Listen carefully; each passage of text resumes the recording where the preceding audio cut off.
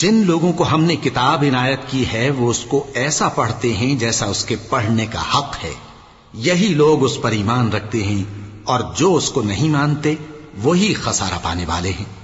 ए बनी इसराइल, मेरे वो एहसान याद करो जो मैंने तुम पर किए, और ये कि मैंने तुमको अहले आलम पर फजीलत बख्शी। और उस दिन से डरो जब कोई शख्स किसी शख्स के कुछ काम ना आए और न उससे बदला कबूल किया जाए और न उसको किसी की सिफारिश कुछ फायदा दे और न लोगों को किसी और तरह की मदद मिल सके।